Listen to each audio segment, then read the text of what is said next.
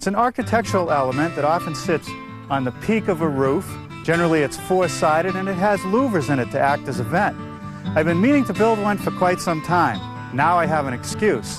That's next, right here on the new Yankee Workshop.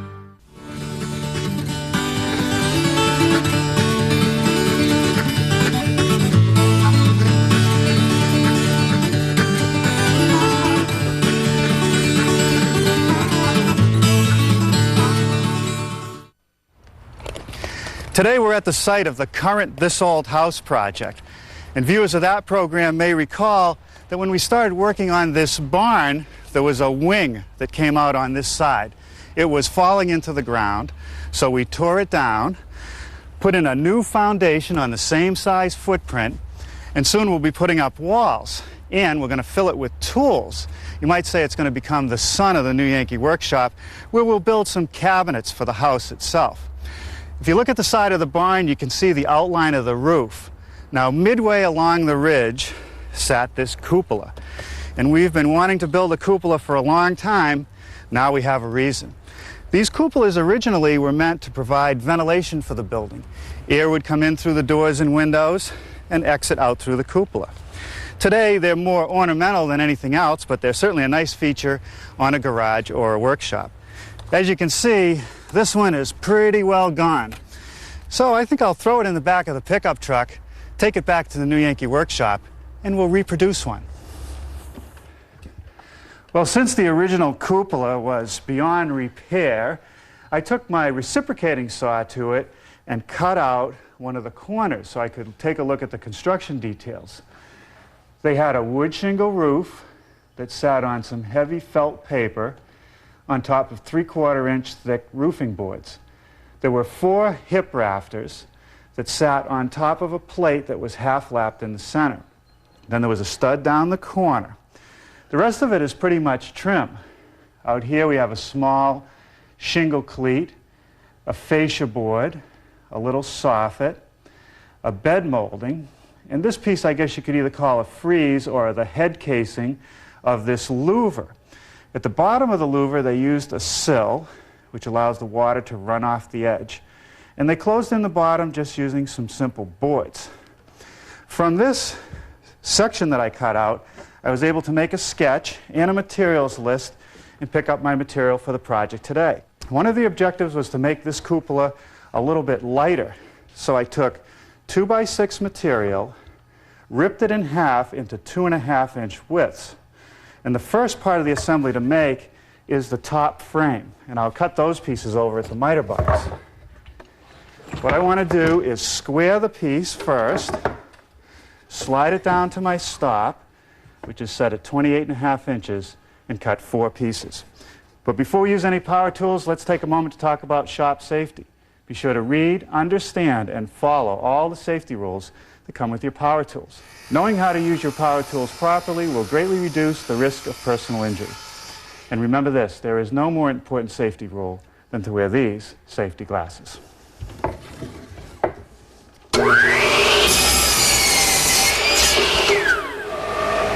I've just made a half-lap joint. What I'm using is a stacked dado head cutter with about 3/4-inch width, and I've installed this stop block so that it'll cut the shoulder in exactly the right place so I don't have to measure every single one. What I want to do is run 1 half-lap on each end of these 2x3s.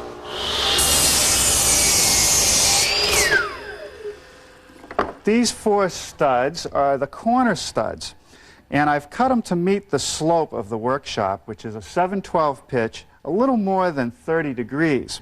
Now you might notice that I'm using pressure-treated material. Even though the cupola will be waterproof, if any water got on the inside, it would want to wick up through the bottom of these studs. With the pressure treated, that won't be a problem. Here are all the pieces for one of the side frames of the cupola. And the first thing I want to do is join this short piece to the stud. It's kind of a filler for where the louver is going to go. This piece of 2x4 defines the bottom of the opening for the louver. This piece of 2x3 is a nailer for the sheathing that closes in the bottom. With the addition of one of the half-lap plates, one side is complete. Now I'll build another one just like this. The two frames are joined with 4 pieces. The other half-lap plates, which are just attached with a couple screws, and then these pieces, which are a simple butt joint with a couple screws put in at an angle to hold them in place. Now I can attach the other side of the frame.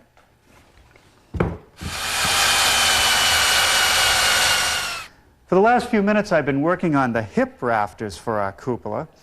The pitch of the roof is going to be a 7 pitch, 7/12, the same as the workshop.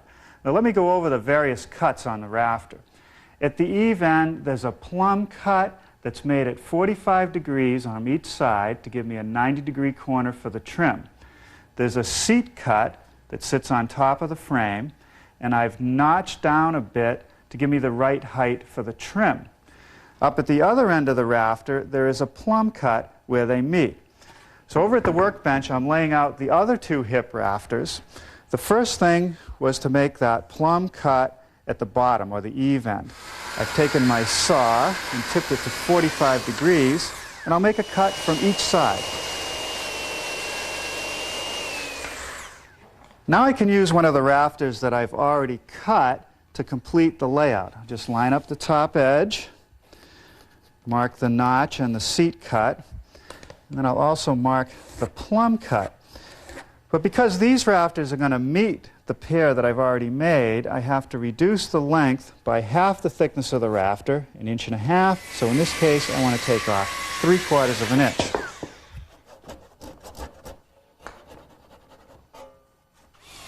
I've tacked all the rafters in place so they won't move around as I make the final attachment.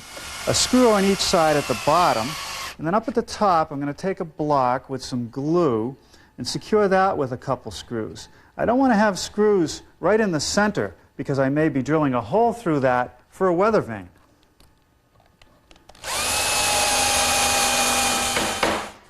With the frame for the cupola upside down on a couple sawhorses, I'm starting to attach the trim. The first piece is this soffit or plancha board. I've mitered it at the corner, and I'm using these 60 ring shank nails, stainless steel. The next piece of trim is a 1x6 fascia board. I'll miter it at each corner and wrap the whole cupola. Now the roof sheathing is going to be supported by the fascia board, and if I leave the top edge square, I'll only get support on the outer corner.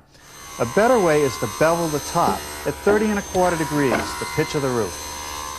The fascia boards are a little too high to be cut in my miter box, but the table saw with the blade tip to 45 degrees and a miter gauge are a suitable alternative. It doesn't hurt to put a little bit of caulk on these joints to seal them up. Here's another piece that wraps around the fascia. It's a little cleat that's been beveled at the top just like the fascia, mitered at the corners, and what it does is it gives me another shadow line along the eave. Now we're ready to build some louvers. So I made 8 pieces of 1x3, the right length, and done the layout. They're set up in pairs. These marks indicate where I need to plow out dados for the slats of the louver. Down the bottom, the 2 marks are an area that I have to plow out this dado, which receives the sill of each unit. I've set up the saw with the dado head cutter and adjusted the depth, so I'm taking out 1/4 inch of material.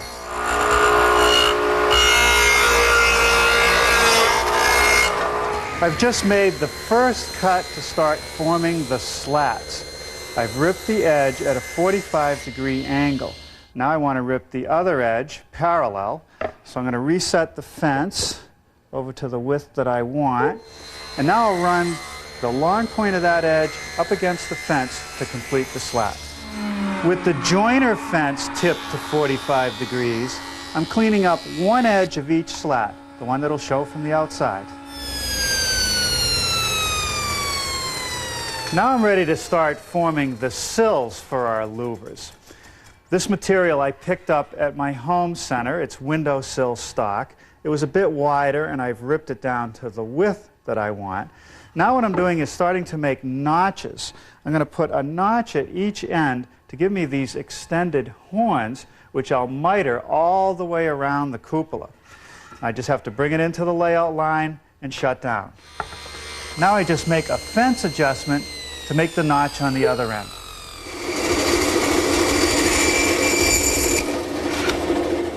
Well, now for a little assembly of the louvers. You simply slip the slats into the grooves that I made, and then I'll secure the pieces together with some finish nails. Now I'll just take the sill, slide that into position, and secure it with a couple 4-penny nails. I think that the best way to cut the miters on these horns is to use my hand saw. And I'm just going to leave the line for any fine tuning. The miter fits pretty well, but this side is a little bit long. So here's an old carpenter's trick. With the louvers wedged in place so they can't move, I just run the handsaw right down the joint, removing a little bit of material. Then it should fit perfectly.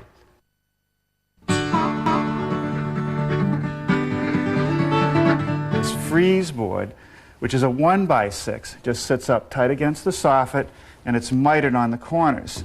This is the last piece, and I'm just checking my mark for the length, and I'll miter it over at the table saw.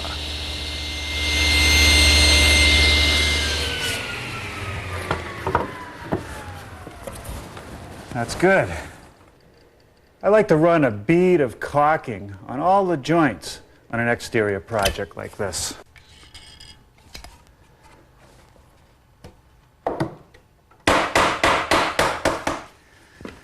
One of the reasons I've left the roof panels off up to this point is so that I can drive a couple nails through the soffit into that 1x6. To secure the louver, which is still floating loose, I'm going to drive a nail through the frieze board and into the frame. Now I'm ready to start working on the corner boards. I'm using some 1x5 pine.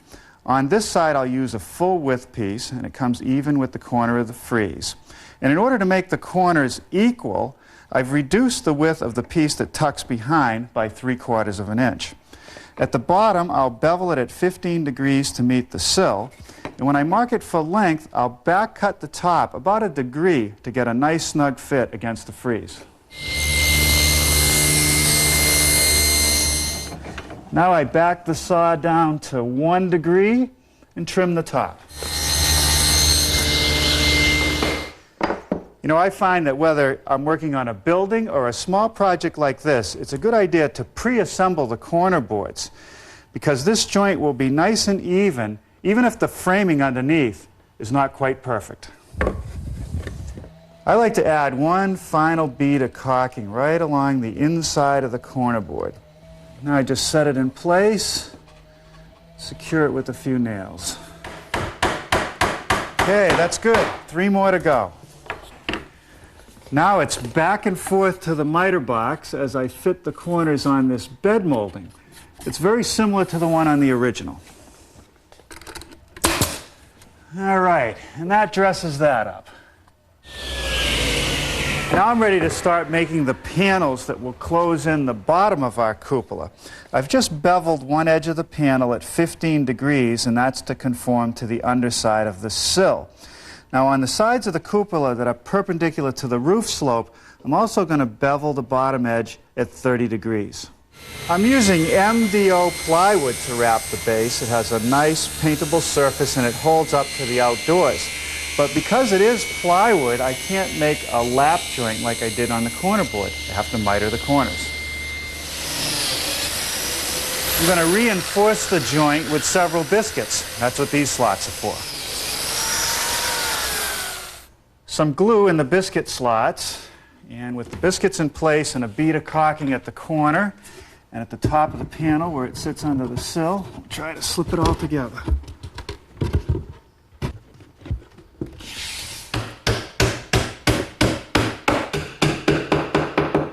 All right. Well, I'm not going to cut out the side where the cupola is going to sit over the ridge of the building until we get it to the job site where we'll scribe it. The last bit of carpentry is to install the roof panels. The roof panels are made out of 3/4 inch CDX plywood. And I've made it so that the joint falls right on the center of the hip rafter, and I've beveled it back at 22.5 degrees to get a nice tight joint.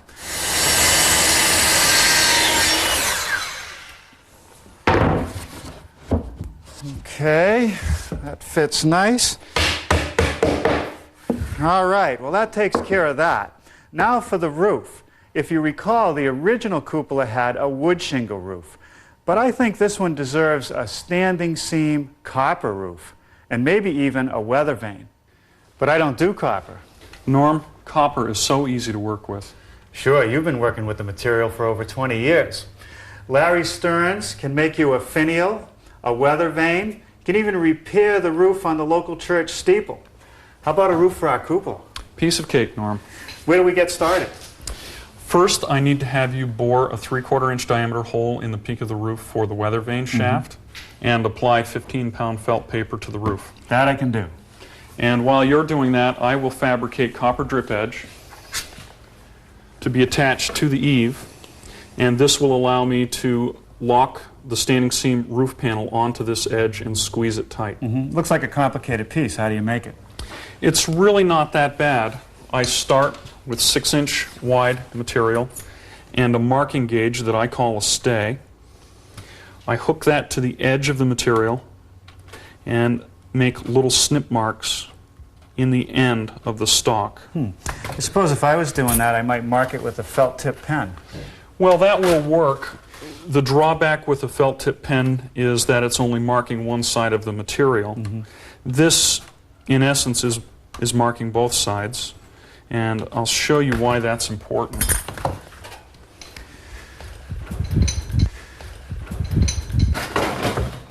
I slide the material into the break and align those cut marks with the top edge, the beam part of the break.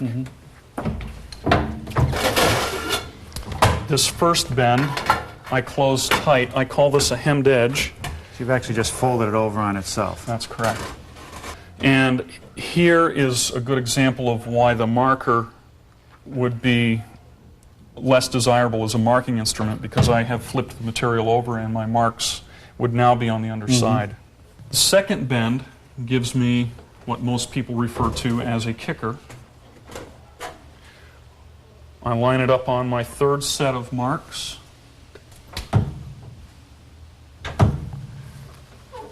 This gives me the vertical face.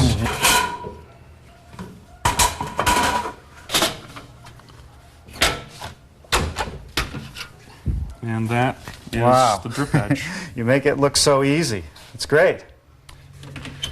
So you've mitered the corners of the drip edge. Yes, but the key thing about this is I form a little tab at the corner of the face that I can squeeze together, which locks the two pieces of drip edge together and prevents them from spreading. Nice detail. All copper nails. That's right, I don't like to mix metals.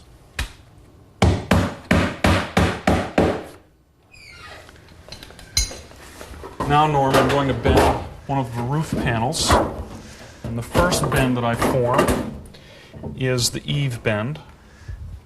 And that's the bend that's going to lock over the drip edge? That's correct.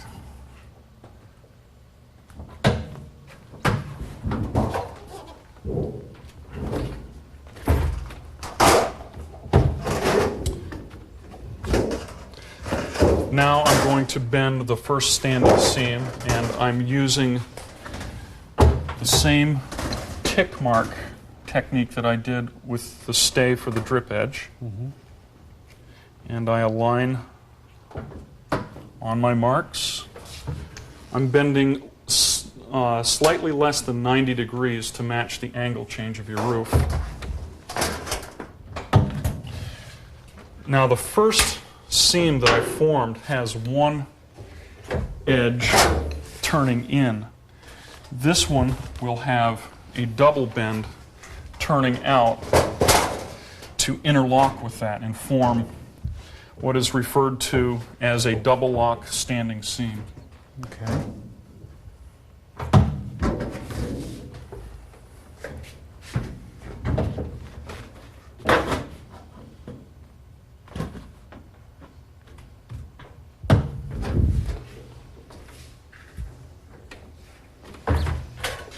Looks great. Let's see how it fits. I slide the panel into position, hooking it to the drip edge.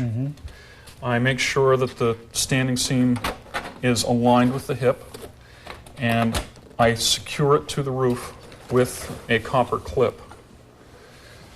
I have a small tool that makes these, and puts all the bends in them, and punches the 2 holes. And I do put a nail through both holes and fold the clip over the nail head. After I have put the clips on the standing seams, I go along the eave edge and squeeze that fold tight to the drip edge, and I'm using a pair of seaming tongs. Here's the roof panel that we made just a few moments ago with the double lock that engages our single lock side. Okay, I see that. And if you could nail that clip on while I hold it in position. Okay.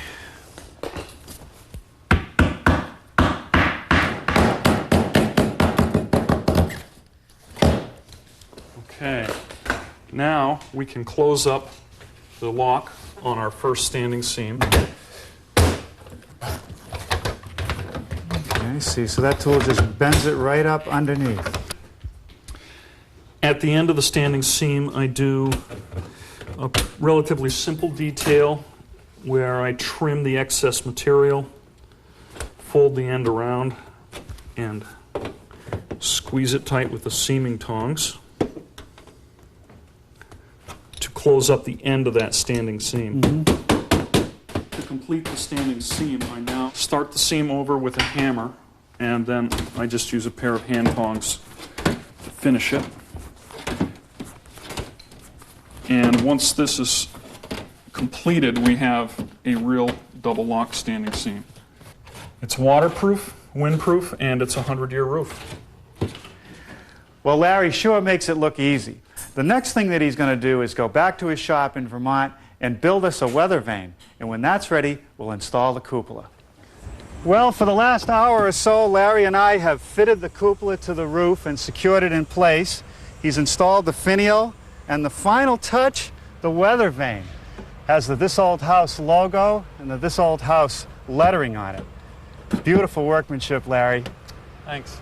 Now, how long is it going to take for it to turn green? It'll be about 20 years. Yeah, sure is going to be nice. I think so. Thanks for your help. My pleasure. But I've got to admit, this has got to be your ultimate challenge. God, this has been in the wars, this has. What do you reckon about this top?